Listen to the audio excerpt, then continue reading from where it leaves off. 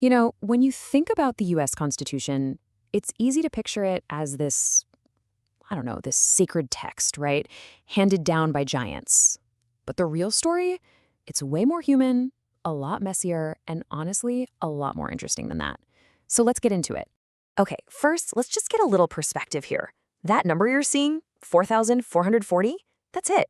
That's the entire word count for the US Constitution, the whole blueprint for the United States government. So, what does that mean? It means it's the oldest and the shortest written constitution of any major government in the entire world. I mean, just stop and think about that for a second. A document written way back when, something you could probably read on a coffee break, is still the rule book for a country of over 330 million people today. That's kind of mind-blowing. Of course, we all know the big names, right? You've got your George Washington, your James Madison, your Ben Franklin, the rock stars.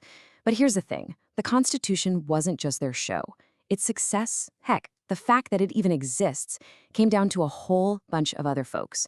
People whose names you probably don't know who played absolutely critical roles.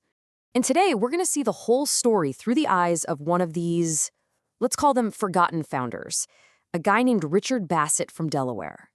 And trust me, his story really is the story of the Constitution in a nutshell. So who was this Richard Bassett guy?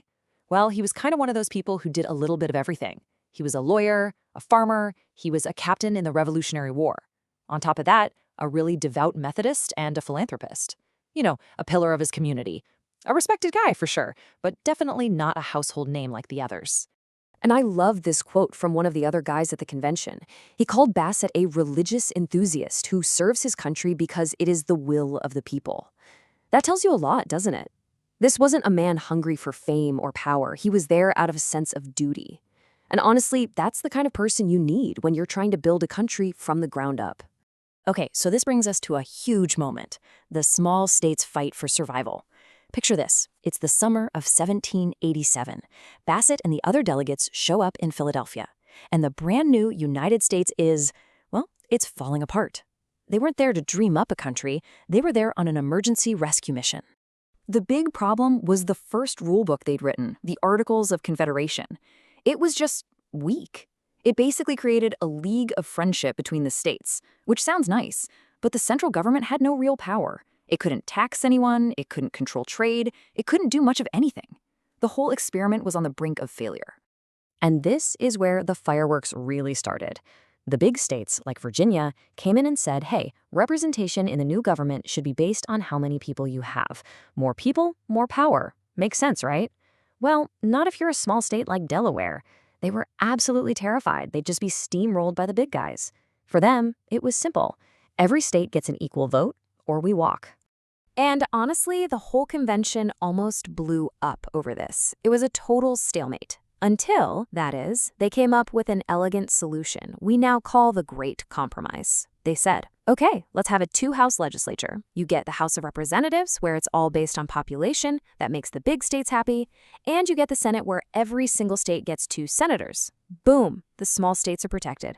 This deal, which Bassett fought hard for, is pretty much what saved the whole thing. So, they finally get the document signed. Everyone breathes a sigh of release, but that was only round 1. Now they had to take this piece of paper back to the states and get at least 9 of them to actually approve it. And believe me, that was no sure thing. So, was the fight over? Nope, not even close. The argument basically spilled out of that one room in Philly and went national. And the people who were against this new, more powerful government, they were loud, they were organized, and they were ready for a fight. Those first few months after the convention were make or break. The folks who supported the Constitution, they were called the Federalists, they knew they needed to score a quick win. They had to build momentum to show everyone else that, hey, this can actually work. And where did that first big victory come from?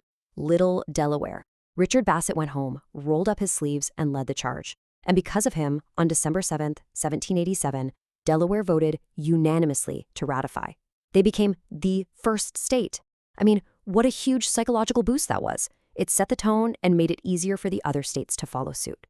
Okay, so you helped write the Constitution, you got your state to be the first to sign on. What now? Do you just go home? Well, for a guy like Richard Bassett, the real work was just getting started.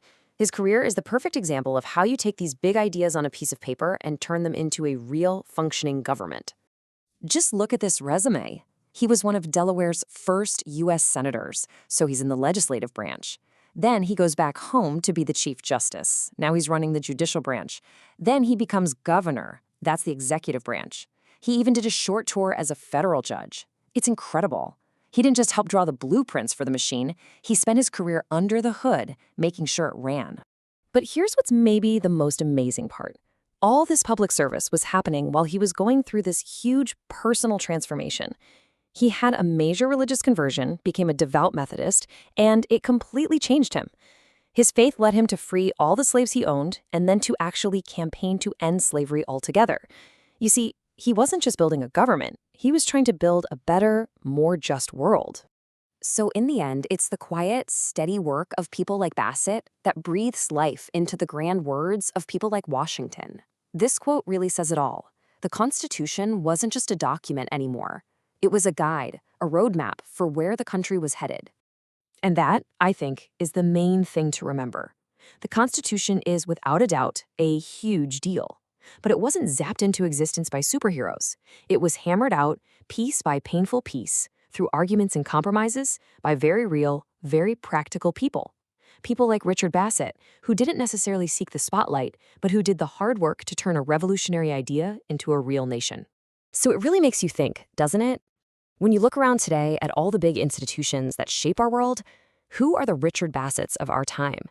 Who are the other forgotten founders out there, doing the quiet, crucial work that holds everything together, whose stories are just waiting to be told?